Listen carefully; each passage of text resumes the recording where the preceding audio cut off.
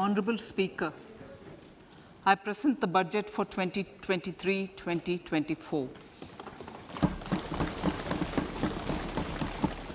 This is the first budget in Amrit Kal. This budget hopes to build on the foundation laid in the previous budget and the blueprint drawn for India at 100. We envision a prosperous and inclusive India in which the fruits of development will reach all sections and citizens, especially our youth, women, farmers, OBCs, scheduled castes, and scheduled tribes. In the 75th year of our independence, the world has recognized the Indian economy as a bright star. Our current year's economic growth is estimated to be at 7%. It is notable that this is the highest among all the major economies. This is in spite of the massive slowdown globally caused by COVID-19 and the war. The Indian economy is therefore on the right track and despite a time of challenges, heading towards a bright future. Today, as Indians stand with their head held high and the world appreciates India's achievements and successes, we are sure that elders who had fought for India's independence will, with joy, bless us in our endeavors going forward as well. Our focus on wide-ranging reforms and sound policies implemented through Sabka Prayas, resulting in Jan Bhagidari and targeted support to those in need, helped us perform well in trying times. India's rising global profile is because of the several accomplishments. Unique world-class digital public infrastructure, example, Aadhaar, CoWIN, and UPI. COVID vaccination drive in unparalleled scale and speed. Proactive role in frontier areas such as achieving the climate-related goals, Mission Life, and National Hydrogen Mission. During the COVID-19 pandemic, we ensured that no one goes to bed hungry with a scheme to supply free food grains to over 80 crore persons for 28 months. Continuing our commitment to ensure food and nutritional security, we are implementing from 1st January 2023 a scheme to supply free food grain to all Antyodaya and priority households for the next 1 year. Under PM Garib Kalyan Anna Yojana, the entire expenditure of about 2 lakh crore will be borne by the central government. In these times of global challenges, the G20 presidency gives us a unique opportunity to strengthen India's role in the world economic order. With the theme of Vasudhaiva Kutumbakam, we are steering an ambitious, people-centric agenda to address global challenges and to facilitate sustainable economic development. The government's efforts since 2014 have ensured for all citizens a better quality of life and life of dignity. The per capita income has more than doubled to 1.97 lakh rupees. In these 9 years, the Indian economy has increased in size from being 10th to 5th largest in the world. We have significantly improved our position as well as a well-governed and innovative country with a conducive environment for business as reflected in several global indices. we have made a significant progress in many sustainable development goals. The economy has become a lot more formalized, as reflected in the EPFO membership, more than doubling to 27 crore, and rupees 7,400 crore digital payments of 126 lakh crore rupees through UPI in 2022. The efficient implementation of many schemes with universalization of targeted benefits has resulted in inclusive development. Some of the schemes are 11.7 crore household toilets under Swachh Bharat mission, which is achieved, 9.6 crore LPG connections under Ujjwala, 220 crore COVID vaccination of 102 crore persons, 47.8 crore PM Jan Dhan bank accounts, insurance cover for 44.6 crore persons under PM Suraksha Bima and PM Jeevan Jyoti Yojana, and cash transfer of 2.2 lakh crores of rupees to 11.4 crore to over 11.4 crore farmers under PM Kisan Samman Nidhi. Our vision for the Amrit Kal includes technology-driven and knowledge-based economy with strong public finances and a robust financial sector. To achieve this, Jan Bhagidari through Sabka Saath, Sabka Prayas is essential. The economic agenda for achieving this vision focuses on three things. First, facilitating ample opportunities for citizens, especially the youth, to fulfill their aspirations. Second, providing strong impetus to growth and job creation. And third, strengthening macroeconomic stability. To service these focus areas in our journey to India at 100, we believe that the following 4 opportunities can be transformative during Amrit Kal. Economic empowerment of women. Deen Dayal Antyodaya Yojana National Rural Livelihood Mission has achieved remarkable success by mobilizing rural women into 81 lakh self-help groups. We will enable these groups to reach the next stage of economic empowerment through formation of large producer enterprises or collectives, with each having several thousand members and managed professionally. They will be helped with raw materials supply and for better design, quality, branding, and marketing of their products. Through supporting these policies, they will be enabled to scale up their operations to serve the large consumer markets, as has been the case with the several startups growing into unicorns. PM Vishwakarma Kaushal Samman, PM Vikas. For centuries, traditional artisans and craftspeople who work with their hands using tools have brought renown for India. They're generally referred to as Vishwakarma. The art and the handicraft created by them represents the true spirit of Atmanirbhar Bharat. For the first time, a package of assistance for them has been conceptualized. The new scheme will enable them to improve the quality, scale, and reach of their products, integrating them with the MSME value chain.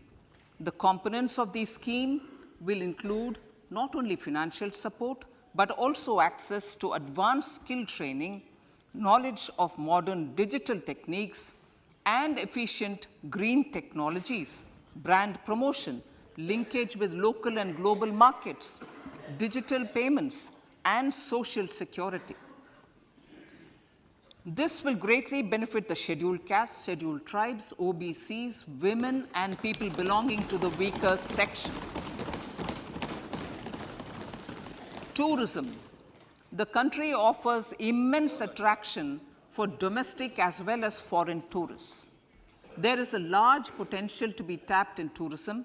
The sector holds huge opportunities for jobs and entrepreneurship for youth in particular. Promotion of tourism will be taken up on mission mode with active participation of states, convergence of government programs, and public-private partnerships. Green growth. We are implementing many programs for green fuel, green energy, green farming, green mobility, green buildings, and green equipment, and policies for efficient use of energy across various economic sectors. These green growth efforts help in reducing carbon intensity of the economy and provides for large-scale green job opportunities.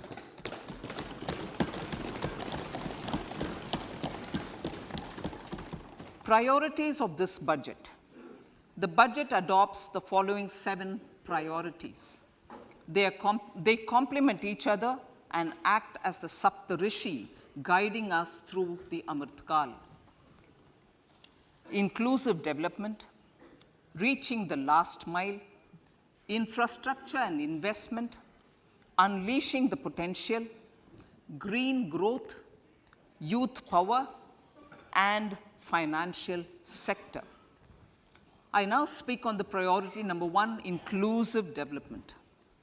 The government's philosophy of Sabka Saath, Sabka Vikas has facilitated inclusive development covering in specific farmers, women, youth, OBCs, scheduled castes, scheduled tribes, Divyangjan, and economically weaker sections, and overall priority for the underprivileged, Vanchiton ko Variyata. There has also been a sustained focus on Jammu Kashmir, Ladakh, and the Northeast. This budget builds on those efforts. Digital public infrastructure for agriculture. Digital public infrastructure for agriculture will be built as an open source, open standard, and interoperable public good. This will enable inclusive farmer-centric solutions through relevant information services for crop planning and health, improved access to farm inputs, credit and insurance, help for crop estimation, market intelligence, and support for growth of agri-tech industry and startups.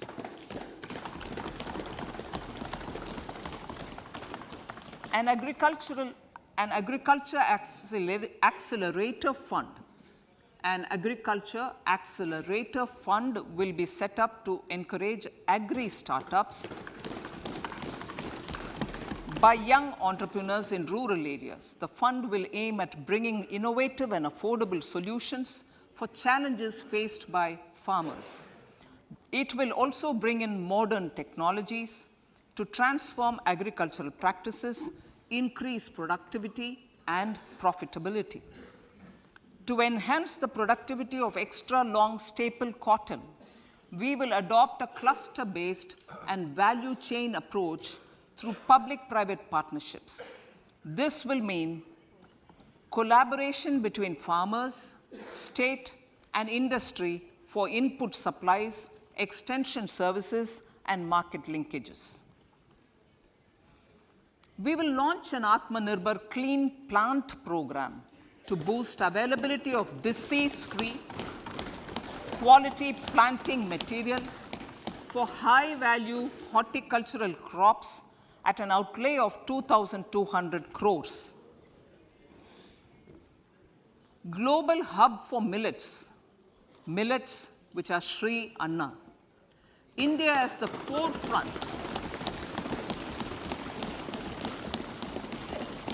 India is at the forefront of popularizing millets, whose consumption furthers nutrition, food security, and welfare of farmers, said the Honorable Prime Minister. We are the largest producer and second largest exporter of Sri Anna in the world.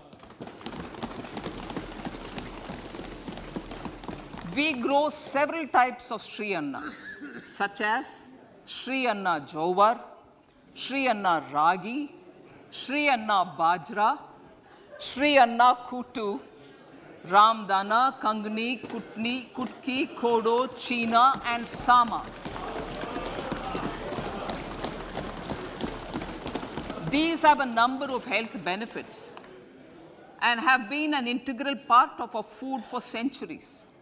I acknowledge with pride the huge service done by small farmers in contributing to the health of fellow citizens by growing these Sri Anna. Now, to make India a global hub for Sri Anna, the Indian Institute of Millet Research, ideally Indian Institute of the Sri Anna Research, Hyderabad, will be supported as the center of excellence for sharing best practices, research, and technologies at the international level. The agricultural credit target will be increased to 20 lakh crores with focus on animal husbandry, dairy, and fisheries. We will launch a new sub-scheme of PM Matsya Sampada Yojana, which is an existing scheme, but we'll launch a new sub-scheme with targeted investment of 6,000 crores to further enable activities of fishermen, fish vendors, and micro and small entrepreneurs, improve value chain efficiencies, and expand the market. For farmers, especially small and marginal farmers and other marginalized sections, the government is promoting cooperative-based economic development model. A new Ministry of Cooperation was formed with a mandate to realize the vision of Sahkar Se Samriddhi. To realize this vision, the government has already initiated computerization of 63,000 primary agricultural credit societies with an investment of 2,560 crores, 2,516 crores. In consultation with all the stakeholders and the states, model bylaws for PACS were formulated, enabling them to become multi-purpose PACS. A national cooperative database is being prepared for countrywide mapping of cooperative societies. With this backdrop, we will implement a plan to set up massive decentralized storage capacity.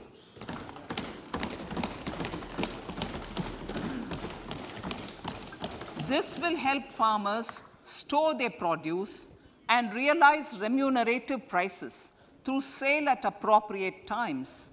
The government will also facilitate setting up of a large number of multi-purpose cooperative societies, primary fisheries societies, and dairy cooperative societies in uncovered panchayat and villages in the next 5 years.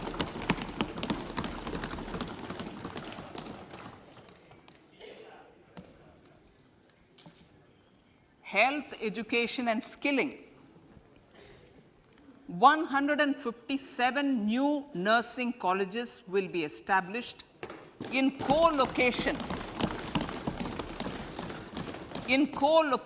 with the existing 157 medical colleges established since 2014.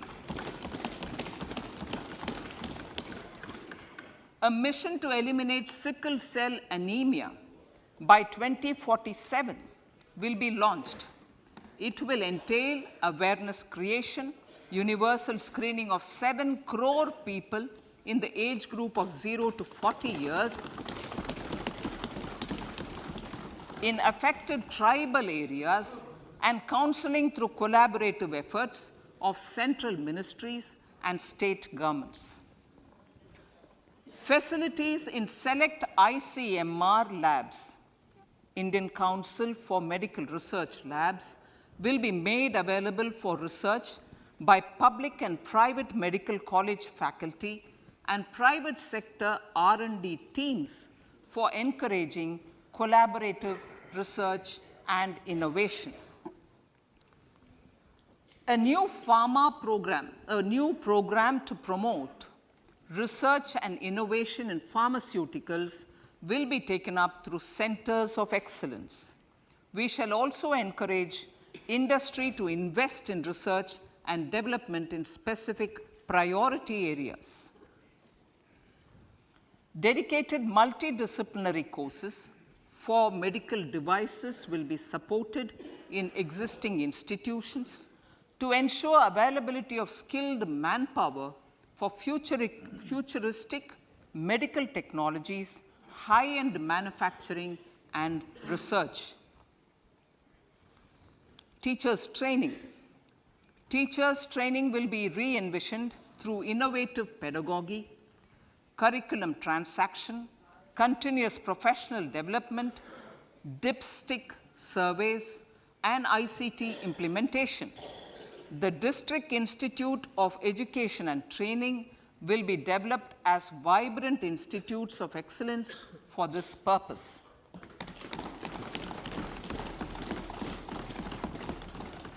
National Digital Library for Children and Adolescents. A National Digital Library for Children and Adolescents will be set up for facilitating availability of quality books across geographies, languages, genres, and levels, and device-agnostic accessibility. States will be encouraged to set up physical libraries for them at panchayat and ward levels and provide infrastructure for accessing the national digital library resources. Additionally, to build a culture of reading and to make up for pandemic time learning loss, the National Book Trust, the Children's Book Trust, and other sources will be encouraged to provide and replenish non-curricular titles in regional languages and in English to these physical libraries. Collaboration with NGOs that work in literacy will also be a part of this initiative. To inculcate financial literacy, financial sector regulators and organizations will be encouraged to provide age-appropriate reading material to these libraries. I move to priority 2, reaching the last mile. Prime Minister Vajpayee's government had formed the Ministry of Tribal Affairs and the Department of Development of Northeast Region to provide a sharper focus to the objective of reaching the last mile. Our government has formed the Ministries of Ayush, Fisheries, Animal Husbandry and Dairying, Skill Development, Jal Shakti, and Cooperation. Building on the success of the Aspirational Districts program, the government has recently launched the Aspirational Blocks program, covering 500 blocks for saturation of essential government services across multiple domains such as health, nutrition, education, agriculture, water resources, financial inclusion, skill development, and basic infrastructure. Manya Speaker, sir, Pradhan Mantri PVTG, which is Primitive Vulnerable Tribal Groups Development Mission, is being launched. To improve socio-economic conditions of the particularly vulnerable tribal groups, the PVTGs as we refer them to, Pradhan Mantri PVTG Development Mission will be launched. This will saturate PVTG families and habitations with basic facilities such as safe housing, clean drinking water and sanitation, improved access to education, health, nutrition, road and telecom connectivity, and sustainable livelihood opportunities. An amount of 15,000 crores will be made available to implement the mission in the next 3 years under the Development Action Plan for the Scheduled Tribes. Ekalavya Model Residential Schools. In the next 3 years, Center will recruit 38,800 teachers and support staff for the 740 Ekalavya Model Residential Schools, which is serving 3.5 lakh tribal students.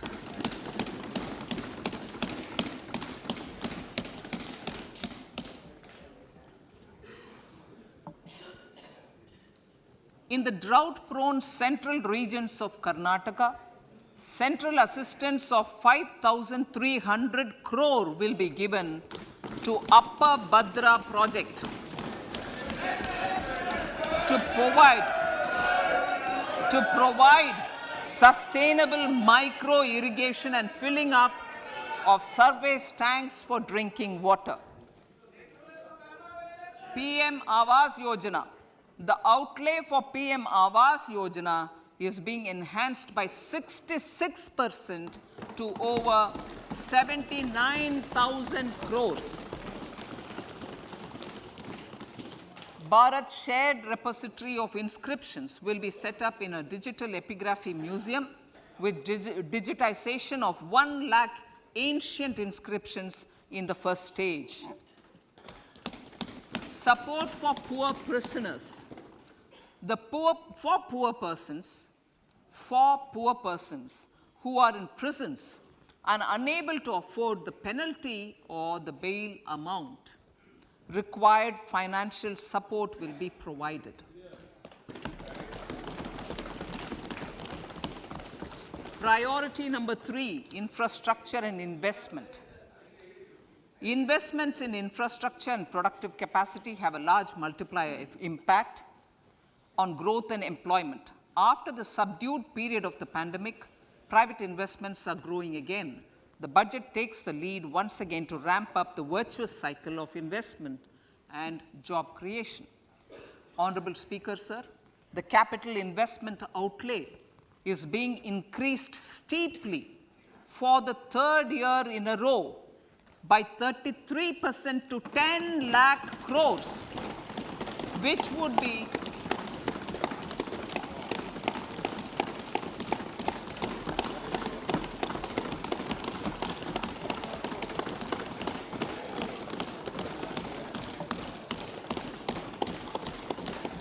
which would be 3.3% of GDP. This will almost be 3 times the outlay made in 2019-20.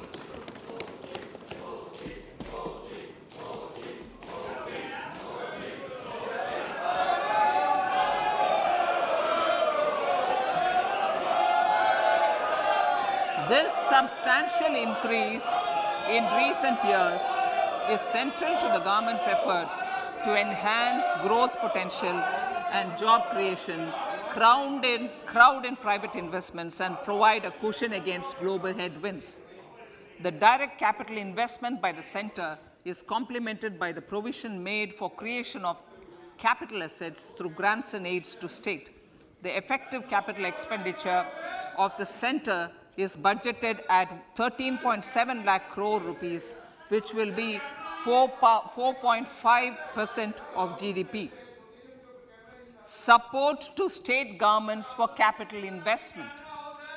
I have decided to continue the 50-year interest-free loan to state governments for 1 more year to spur investment in infrastructure and to incentivize them for complementary policies actions with a significantly enhanced outlay of 1.3 lakh crores.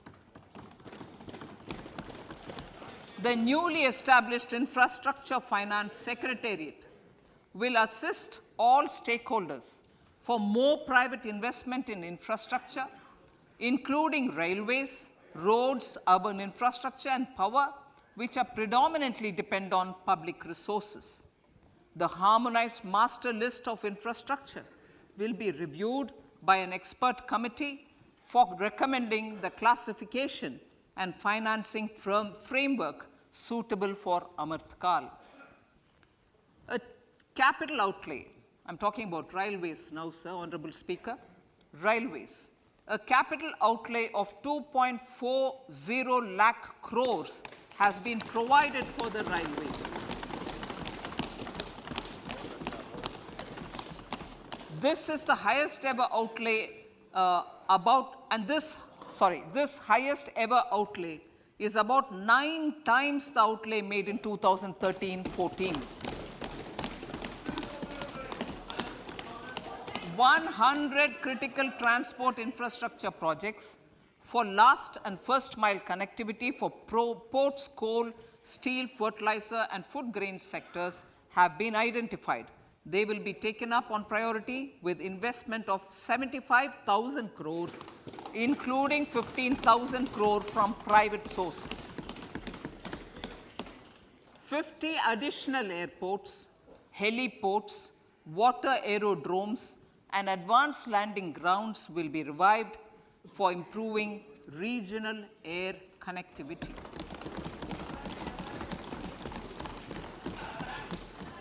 Sustainable cities for tomorrow.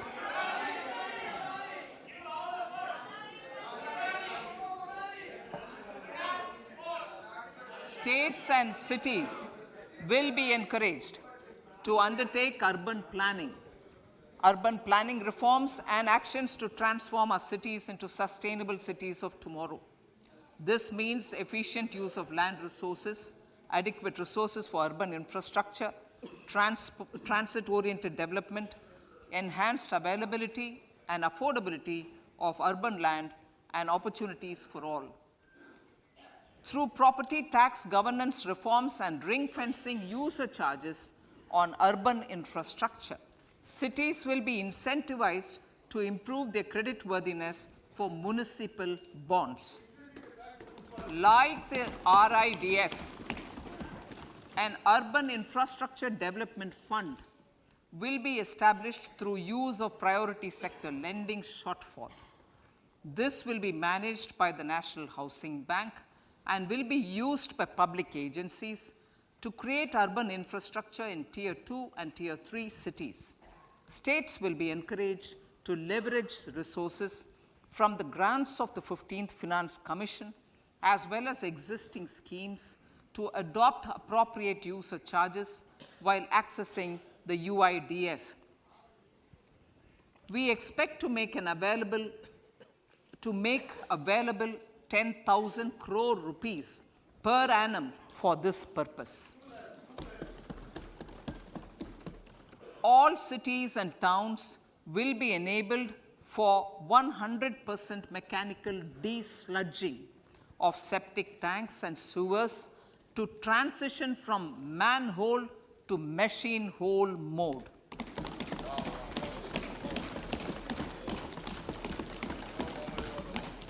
Enhanced focus will be provided for scientific management of dry and wet waste.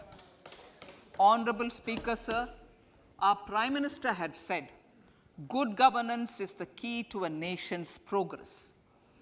Our government is committed to providing a transparent and accountable administration which works for the betterment and welfare of common citizens. Mission Karma Yogi. Under Mission Karma Yogi, center, states, and the union territories are making and implementing capacity building plans for civil servants. The government has also launched an integrated online training platform, I Got Karma Yogi, to provide continuous learning opportunities for lakhs of government employees to upgrade their skills and facilitate people-centric approach. Sir, for enhancing ease of doing business, more than 39,000 compliances have been reduced, and more than 3,400 legal provisions have been decriminalized. For furthering the trust-based governance, we have introduced the Jan Vishwas Bill to amend 42 central acts. This budget proposes a series of measures to unleash the potential of our economy. Centers of Excellence for Artificial Intelligence. For realizing the vision of Make AI in India and Make AI Work for India, 3 centers of excellence for artificial intelligence will be set up in top educational institutions. Leading industry players will partner in conducting interdisciplinary research, develop cutting-edge applications, and scalable problem solutions in the areas of agriculture, health, and sustainable cities. This will galvanize an effective AI ecosystem and nurture quality human resources in the field. National Data Governance Policy. To unleash innovation and research by startups and academia, a national data governance policy will be brought out.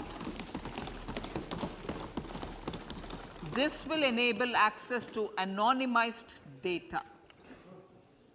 The KYC process will be simplified, adopting a risk-based instead of one-size-fits-all approach. The financial sector regulators will also be encouraged to have a KYC system fully amenable to meet the needs of digital India.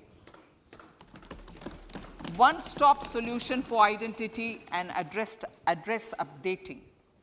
A one-stop solution for reconciliation and updating of identity and address of individuals maintained by various government agencies, regulators, and regulated entities will be established using DigiLocker service and Aadhaar as foundational identity.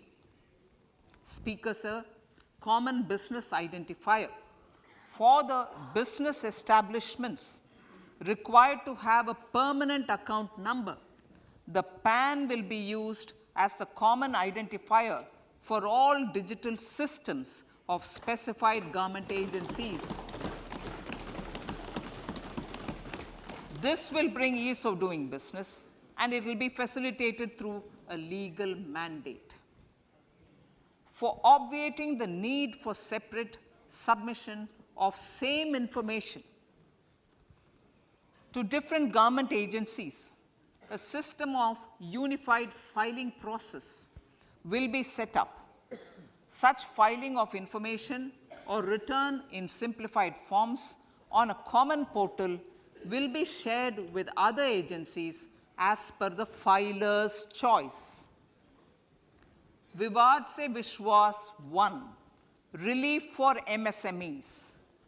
In cases of failure by MSMEs to execute contracts during the COVID period, 95% of the forfeited amount relating to the bid or performance security will be returned to them by government and government undertakings. This will provide relief to the MSMEs. Vivad Se Vishwas 2, settling contractual disputes. To settle contractual disputes of government and government undertakings, wherein arbitral award is under challenge in a court, a voluntary settlement scheme with standardized terms will be introduced. This will be done by offering graded settlement terms depending on pendency level of the dispute. The state support mission of Niti Aayog will be continued for 3 years for our collective efforts towards national priorities. Result-based financing. to better allocate scarce resources for competing development needs, the financing of select schemes will be changed on a pilot basis from input-based to result-based. E-courts. For efficient administration of justice, phase 3 of e-courts projects phase 3 of the e-courts project will be launched with an outlay of 7,000 crores. Fintech services in India have been facilitated by our digital public infrastructure, including Aadhaar, PM Jan Dhan Yojana, Video, KYC, India Stack, and UPI. To enable more fintech innovative services, the scope of documents available in DigiLocker for individuals will be expanded. An entity, DigiLocker, will be set up for the use by MSMEs, large businesses, and also charitable trusts.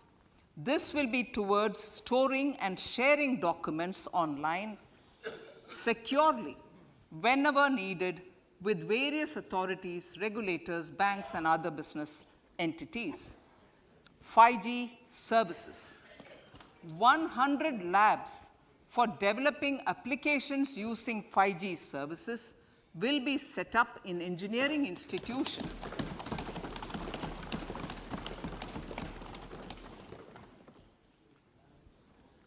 To realize a new range of opportunities, business models, and employment potential, the labs will cover, among others, applications such as smart classrooms, precision farming, intelligent transport systems, and healthcare applications.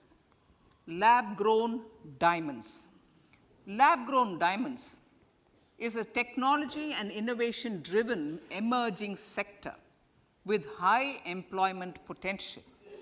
These environment-friendly diamonds, which have optically and chemically the same properties as natural diamonds. To encourage indigenous production of LGD, lab-grown diamond seeds and machines, and to reduce import dependency, a research and development grant will be provided to one of the IITs for 5 years. To reduce the cost of production, a proposal to review the custom duty on LGD seeds will be indicated in Part B of the speech. I come to the fifth priority, Honorable Speaker, sir, green growth. Honorable Prime Minister has given a vision for life or lifestyle for environment to spur a movement of environmentally conscious lifestyle. India is moving forward firmly for the Panchamrit, the net zero carbon emission by 2070 to usher in green industrial and economic transition. This budget builds on our focus on green growth.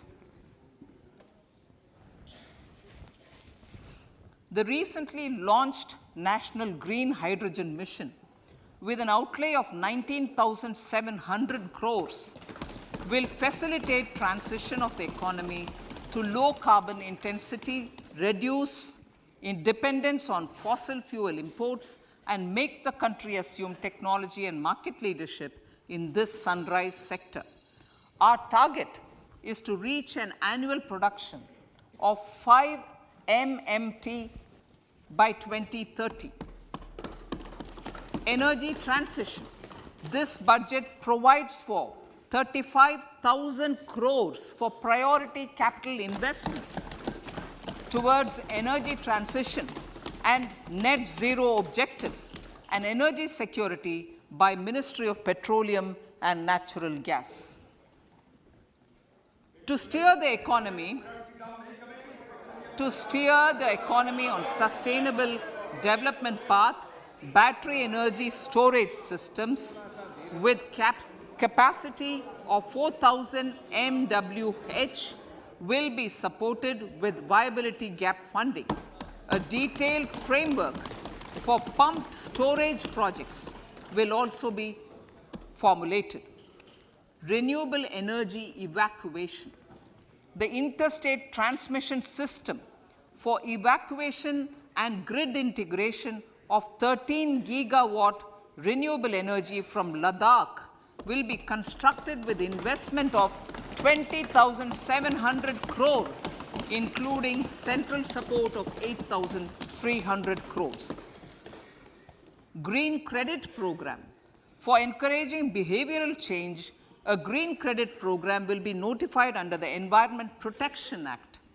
This will incentivize environmentally sustainable and responsive actions by companies, individuals, and local bodies, and help mobilize additional resources for such activities. PM Program for Restoration, Awareness, Nourishment, and Amelioration of Mother Earth, PM Pranam, will be launched to incentivize states and union territories to promote alternative fertilizers and balanced use of chemical fertilizers. Go Bardhan Scheme. 500 new waste to wealth plants under Go Bardhan, galvanizing organic bio-agro resources done. Go Bardhan scheme will be established for promoting circular economy. These will include 200 compressed biogas plants, including 75 plants in urban areas, and 300 community or cluster-based plants at a total investment of 10,000 crores. I will refer to this in Part B also. In due course, a 5% CBG mandate will be introduced for all organizations marketing natural and biogas. For collection of biomass and distribution of biomanure, appropriate fiscal support will also be provided. Bharatiya Prakritik Kheti Bio Input Resource Centers. Over the next 3 years, we will facilitate 1 crore farmers to adopt natural farming. For this, Honorable Speaker, 10,000 bio input resource centers will be set up, creating a national level distributed micro fertilizer and pesticide manufacturing network. Mishti.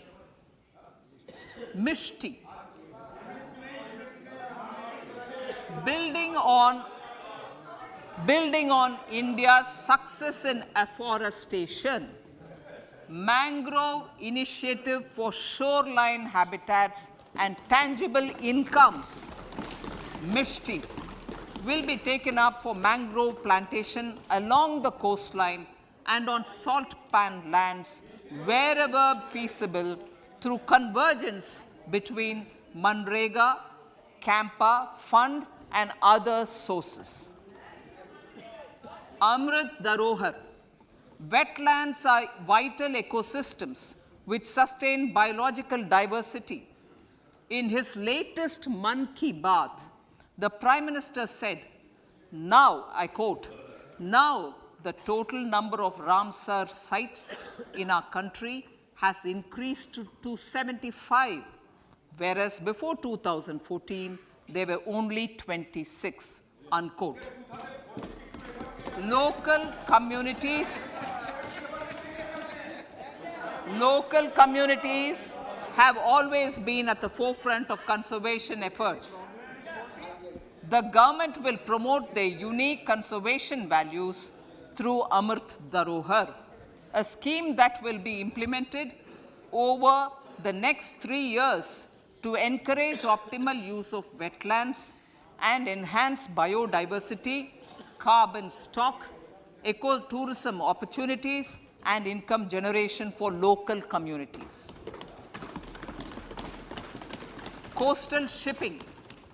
Coastal shipping will be promoted as the energy efficient and lower cost mode of transport, both for passengers and freight, through PPP mode with viability gap funding. Vehicle replacement.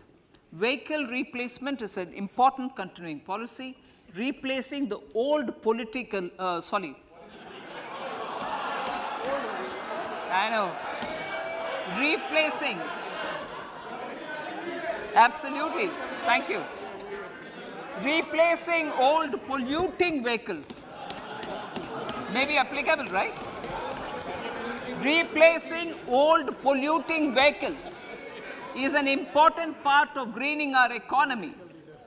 In furtherance of the vehicle scrapping policy mentioned in Budget 21-22, I have allocated adequate funds to scrap old vehicles of the central government. States will also be supported in replacing old vehicles and old state ambulances. Honorable Speaker, sir, I move to priority 6, youth power. To empower our youth and help the Amrit PD realize their dreams, we have formulated the National Education Policy, which is very wide in its scope, but one of the things is also to focus on skilling, adopted economic policies that facilitate job creation at scale and have supported business opportunities. Pradhan Mantri Kaushal Vikas Yojana. Pradhan Mantri Kaushal Vikas Yojana 4.0 will be launched to skill lakhs of youth within the next 3 years. On-job training, industry partnership, and alignment of courses with needs of industry will be emphasized.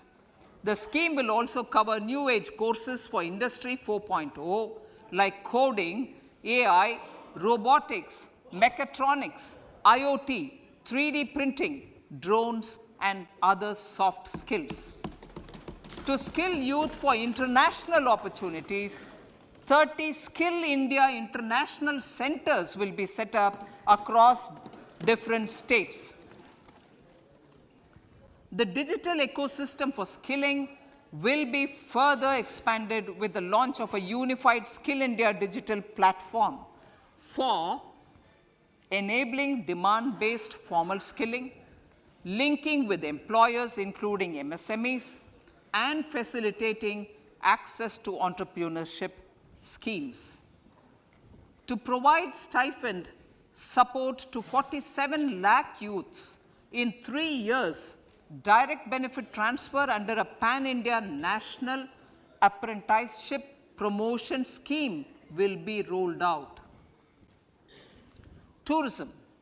Honorable Speaker, sir, with an integrated and innovative approach, at least 50 destinations will be selected through challenge mode. In addition to aspects such as physical connectivity, virtual connectivity, tourist guides, high standards for food streets, and tourist security, all the relevant aspects would be made available on an app to enhance tourist experience. Every destination would be developed as a complete package. The focus of development of tourism would be on domestic as well as foreign tourists.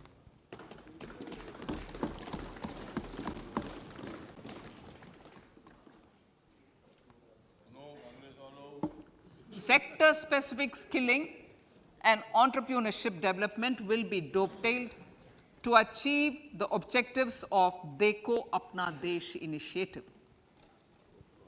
This was launched as an appeal by the Honorable Prime Minister to the middle class to prefer domestic tourism over international tourism.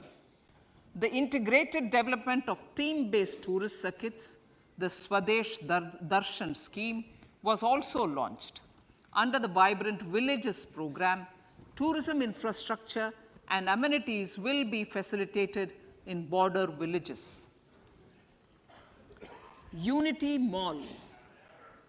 States will be encouraged to set up a Unity Mall in their state capital or most prominent tourism center or the financial capital for promotion and sale of their one district, one product and GI products and other handicraft products, and for providing space for such products of all other states as well. Sir, priority number 7, Financial sector. Our reforms in the financial sector and innovative use of technology have led to financial inclusion at scale, better and faster service delivery, ease of access to credit, and participation in financial markets. This budget proposes to further these measures. Credit guarantee for MSMEs. Last year, I proposed revamping of the credit guarantee scheme for the MSMEs. I am happy to announce that the revamped scheme will take effect from 1st April 2023 through infusion of 9,000 crores in the corpus.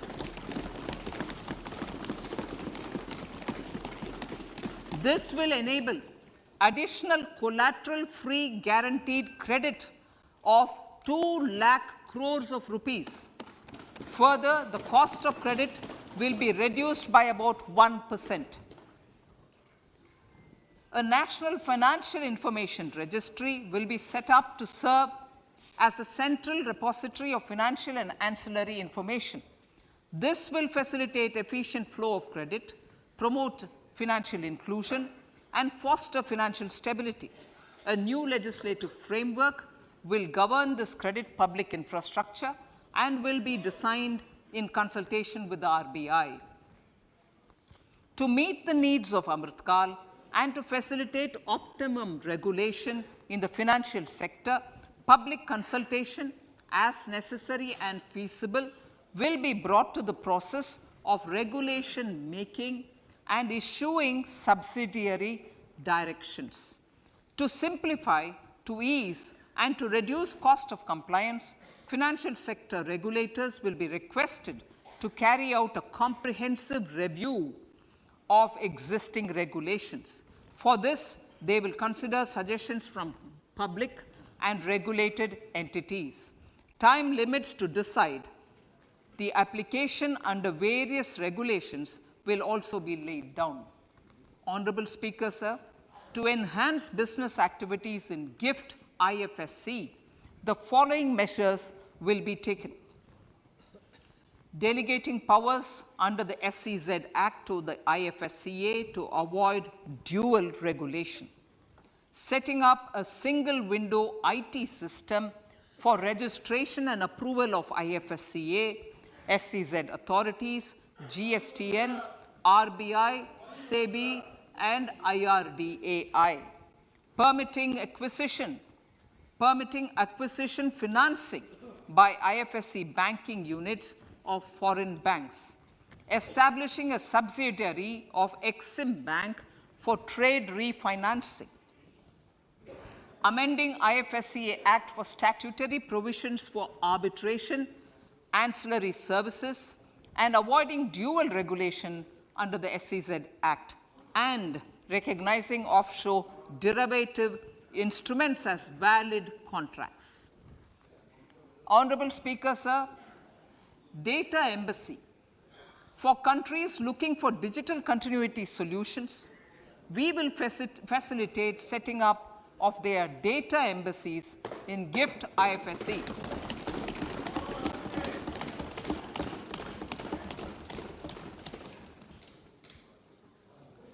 Improving governance and investor protection in banking sector.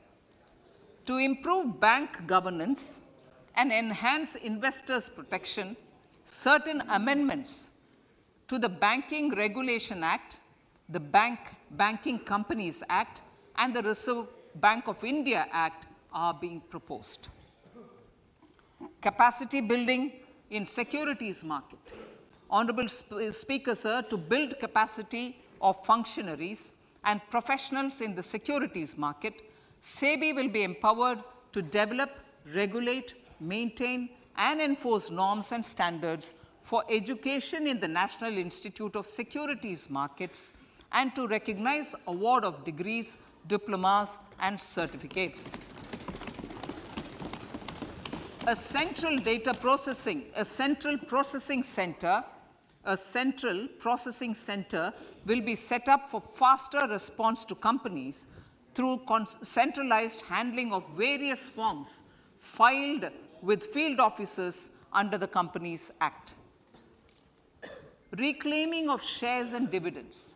For investors to reclaim unclaimed shares and unpaid dividends from the Investor Education and Protection Fund Authority with ease, from the Investor Education and Protection Fund Authority with ease, an integrated IT portal will be established. Digital payments continue to find wide acceptance. In 2022, they show an increase of 76% in transaction and 91% in value. Fiscal support for this digital public infrastructure will continue in 2023-2024. Azadi Ka Amrit Mahotsav, Mahila Samman Bachat Patra. For commemorating Azadi Ka Amrit Mahotsav, a one-time new small savings scheme, Mahila Samman Savings Patra or Savings Certificate, Mahila Samman Savings Certificate will be made available for a 2-year period up to March 2025. This will offer deposit facility up to 2 lakh in the name of a woman or girls for a tenure of 2 years at fixed interest rate of 7.5% with partial withdrawal option. Senior citizens, the maximum deposit limit for senior citizens savings scheme will be enhanced from 15 lakh to 30 lakhs of rupees.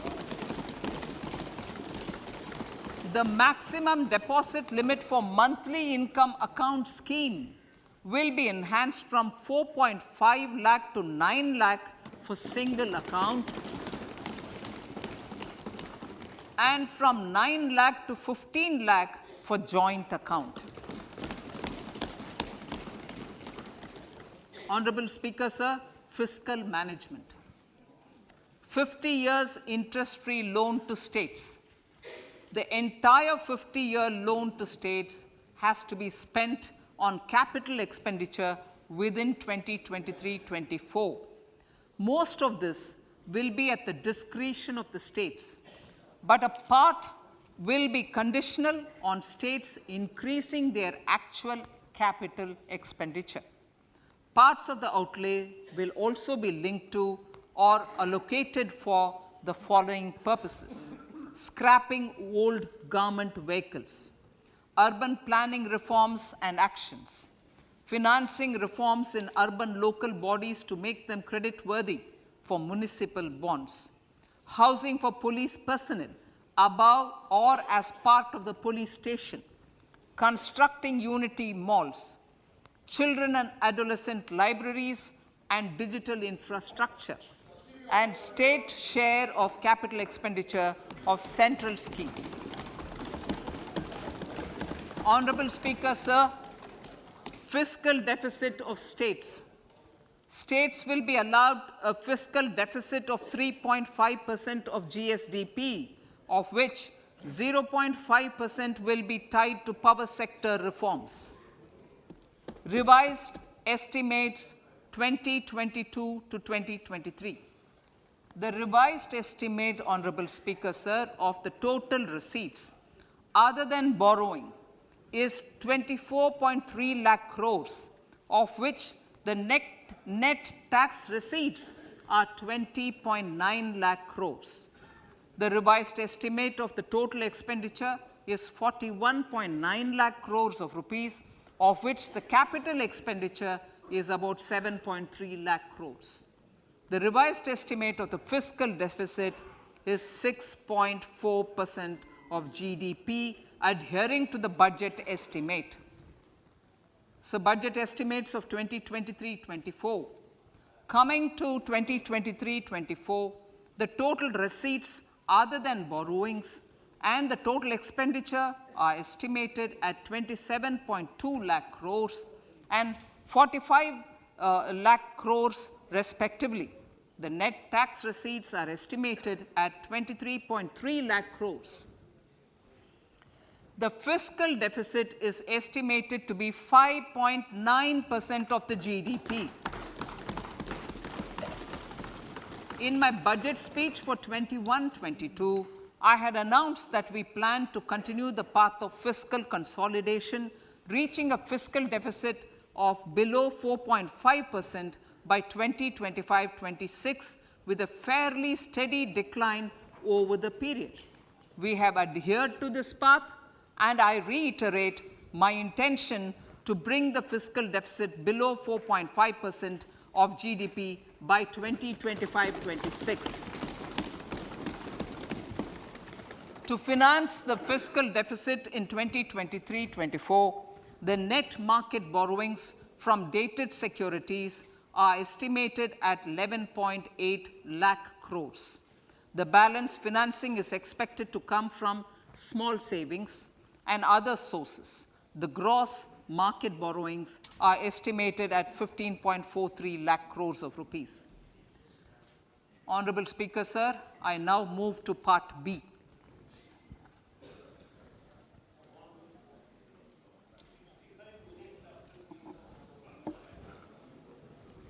Indirect taxes.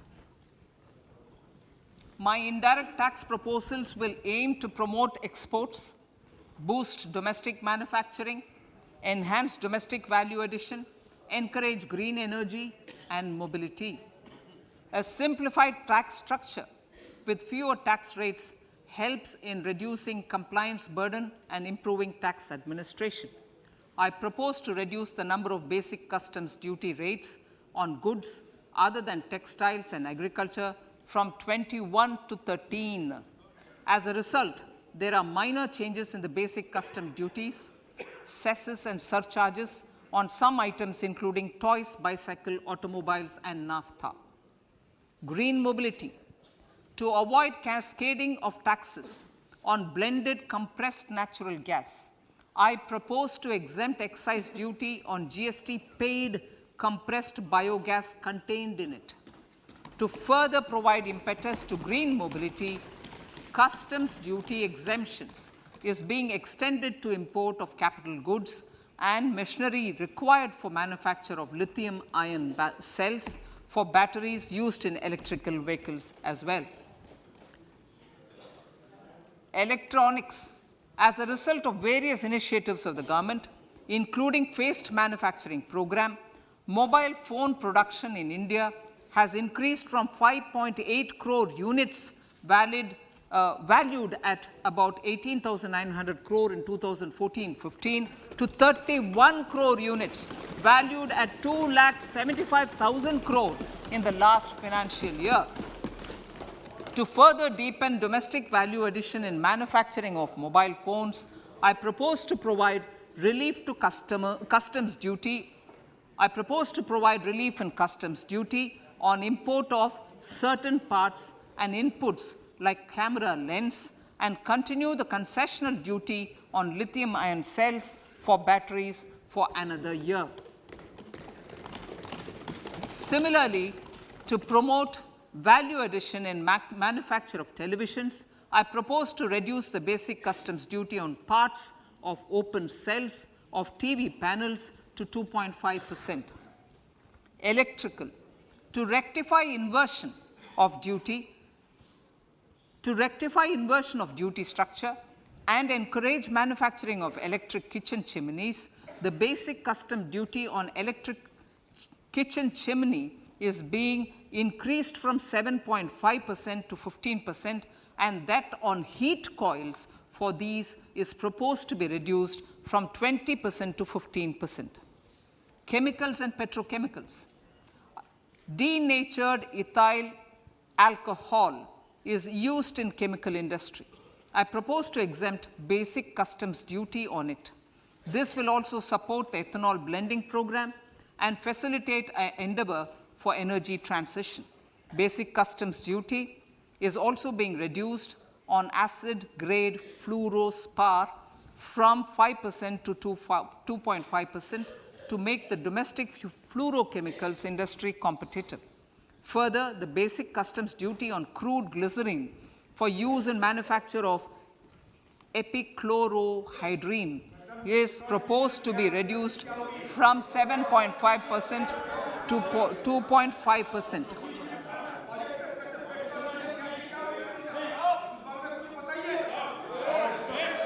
Marine products.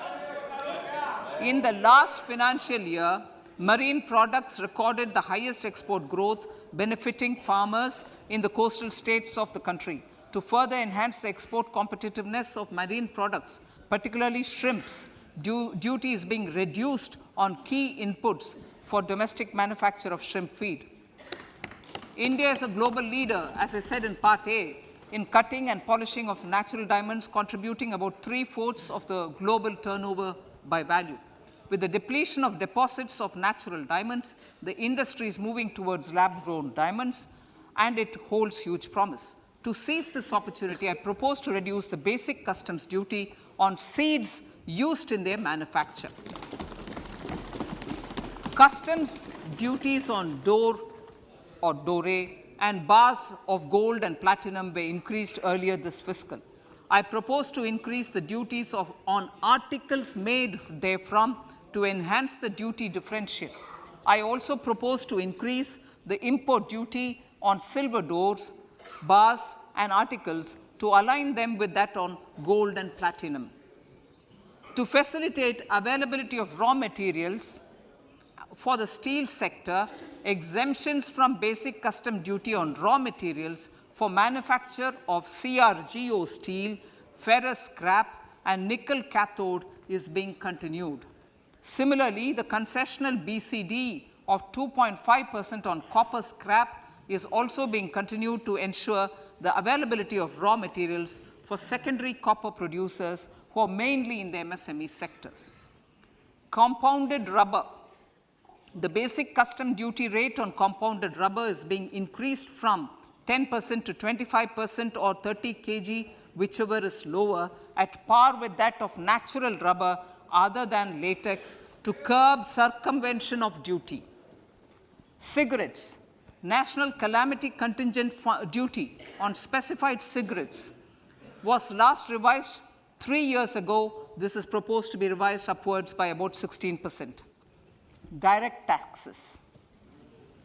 I now come to my direct tax proposals. Honorable Speaker, these proposals aim to maintain continuity and stability of taxation, further simplify and rationalize various provisions to reduce the compliance burden, promote the entrepreneurial spirit, and provide tax relief to citizens. It has been constant endeavor of the Income Tax Department to improve taxpayers' services by making compliance easy and smooth. Our taxpayers portal received a maximum of 72 lakh returns in a day, processed more than 6.5 crore returns this year. Average processing period reduced from 93 days in financial year 13-14 to 16 days only now. And 45% of the returns were processed within 24 hours. We intend to further improve this, roll out the next generation common IT return form for taxpayer convenience, and also plan to strengthen the grievance redressal mechanism. MSMEs and professionals. MSMEs are growth engines of our economy. Micro enterprises with turnover up to 2 crore of rupees and certain professionals with turnover of up to 50 lakh rupees can avail the benefit of presumptive taxation. I propose to provide enhanced limits of 3 crore and 75 lakh respectively to the taxpayers whose cash receipts are no more than 5%. Whose cash receipts are no more than 5%. Moreover, to support MSMEs in timely receipt of payments, I propose to allow deduction for expenditure incurred on payments made to them only when payment is actually made. Cooperation. Cooperation is a value to be cherished. In realizing our Prime Minister's goal for Sehkar Se Samriddhi and his resolve to connect the spirit of cooperation with the spirit of Amrit Kal, In addition to the measures proposed in Part A, I have a slew of proposals for the cooperation sector.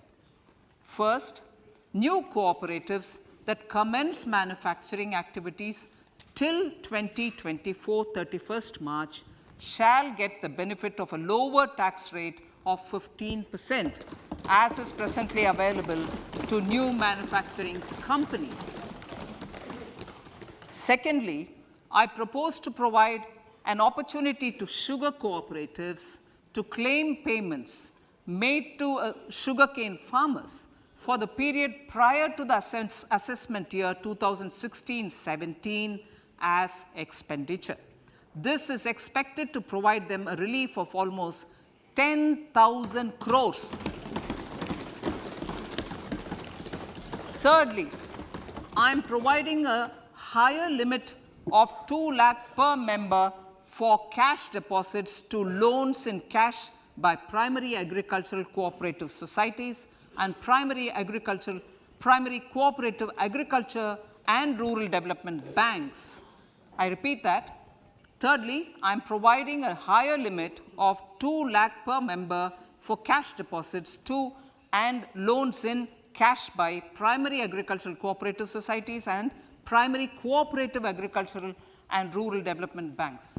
Similarly, a higher limit of 3 crore for TDS on cash withdrawal is being provided to cooperative societies. Startups.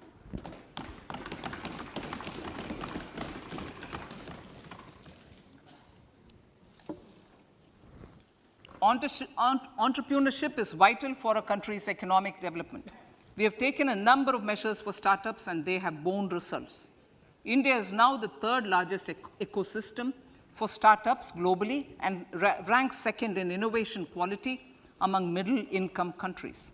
I propose to extend the date of incorporation for income tax benefits to startups from 31/3/2023 to 31/3/2024. I further propose to provide the benefit of carry forward of losses on change of shareholding of startups from 7 years of incorporation to 10 years.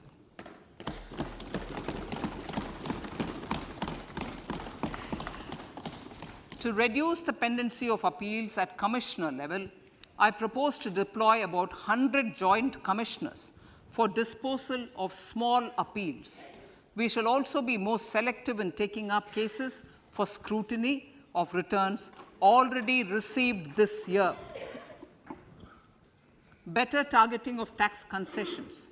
For better targeting of tax concessions and exemptions, I propose to cap deduction from capital gains on investment in residential house under Section 54 and Section 54F to 10 crores.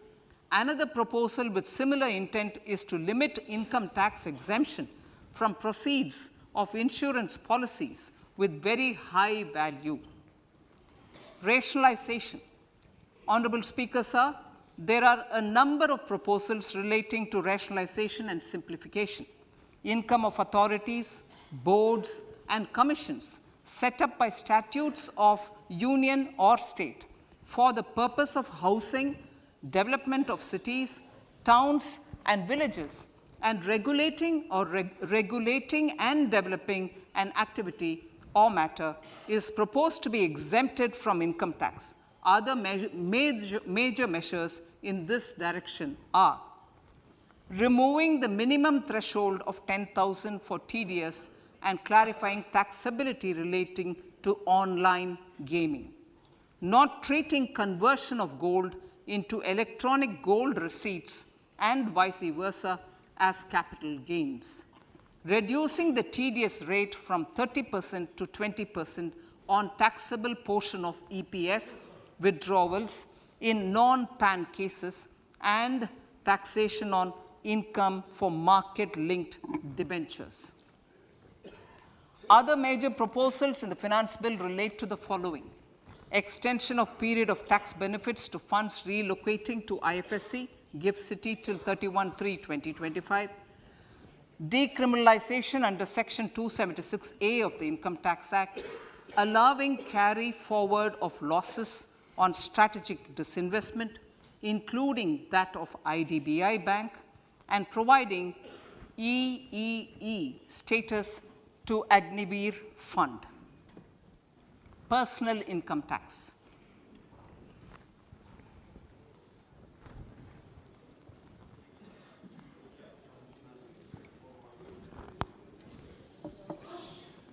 Now I come to what everyone is waiting for. Personal income tax.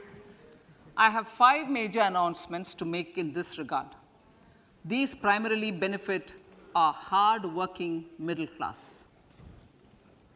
The first one concerns rebate. Currently, those with income up to 5 lakh do not pay any income tax in both old and new regimes. I propose to increase the rebate limit to 7 lakhs in the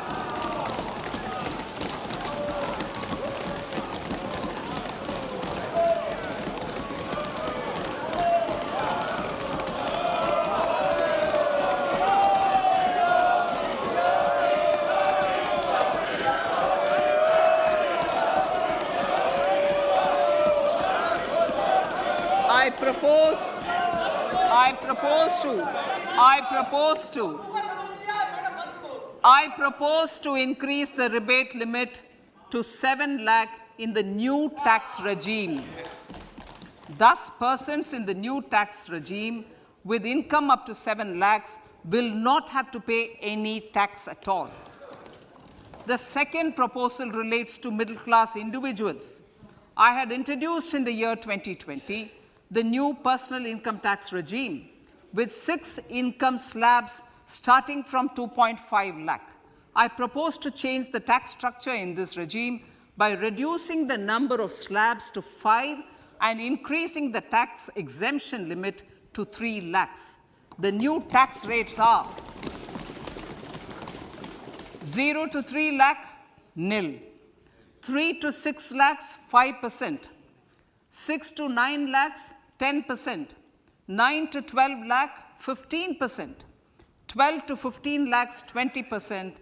And above 15 lakhs, 30%. This will provide major relief to all taxpayers in the new regime. An individual with an annual income of 9 lakhs will be required to pay only 45,000 rupees. This is only 5% of his or her income. It is a reduction of 25% on what he or she is required to pay now. That is 60,000. So in the place of 60,000, it is now only 45,000. Similarly, an individual with an income of 15 lakh rupees would be required to pay only 1.5 lakh or 10% of his income or her income, a reduction of 20% from the existing liability of 1,87,500 rupees. My third proposal is for the salaried class and the pensioners, including family pensioners, for whom I propose to extend the benefit of standard deduction to the new tax regime. Each salaried person with an income of 15.5 lakh rupees or more will thus stand to benefit by 52,500 rupees. My fourth announcement in personal income tax is regarding the highest tax rate, which in our country is 42.74%. This is among the highest in the world. I propose to reduce the highest surcharge. Rate from 37% to 25% in the new tax regime.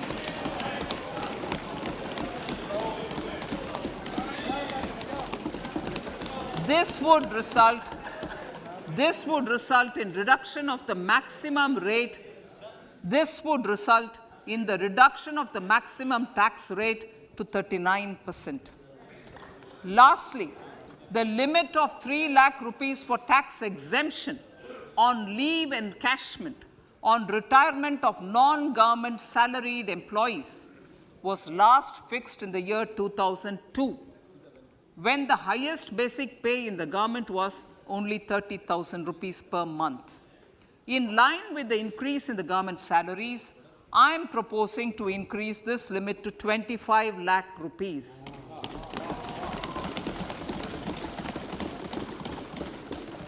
We are also making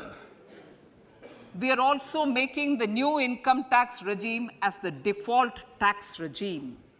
However, citizens will continue to have the option to avail the benefit of the old tax regime. Apart from these, I am also making some other changes as given in the annexure. As a result of these proposals, revenue of about 38,000 crore to 37,000 crore in direct taxes and rupees 1,000 crore in indirect taxes will be foregone, while revenue of about 3,000 crore will be additionally mobilized. Thus, the total revenue foregone is about 35,000 crores annually. Honorable Speaker, sir, with these words, I commend the budget to this August House.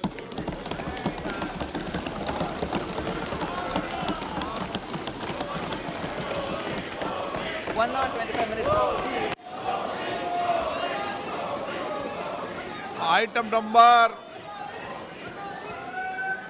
1, माननीय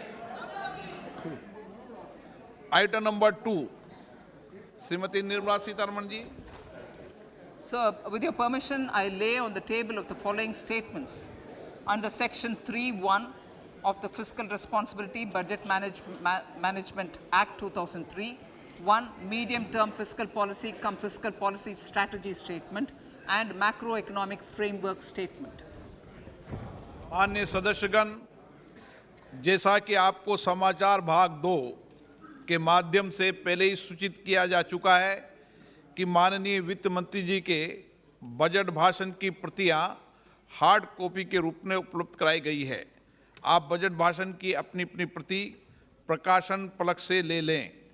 आपको ये भी सूचित किया जाता है कि माननीय मंत्री द्वारा बजट प्रस्तुत किए जाने के पश्चात उसकी प्रतियां आपको मेंबर्स पोर्टल के माध्यम से उपलब्ध करा दी जाएगी। आइटम नंबर 3, माननीय मंत्री जी, वित्त मंत्री जी। Sir, with your permission, I rise to move for leave to introduce the Finance Bill 2023. प्रश्न ये कि विधेयक को पुनर्स्थापित करने की अनुमति प्रदान की जाए। जो सदस्य इसके पक्ष में हाँ कहें, जो सदस्य विरोध में ना कहें। मेरे विचार में निर्णय हाँ वालों के पक्ष में माननीय मंत्री जी विधेयक को पुनर्स्थापित करें। Sir, I introduce the bill. सभा की कार्रवाई कल गुरुवार दिनांक 2 फरवरी 2023 को प्राप्त 11 बजे तक के लिए स्थगित की जाती है।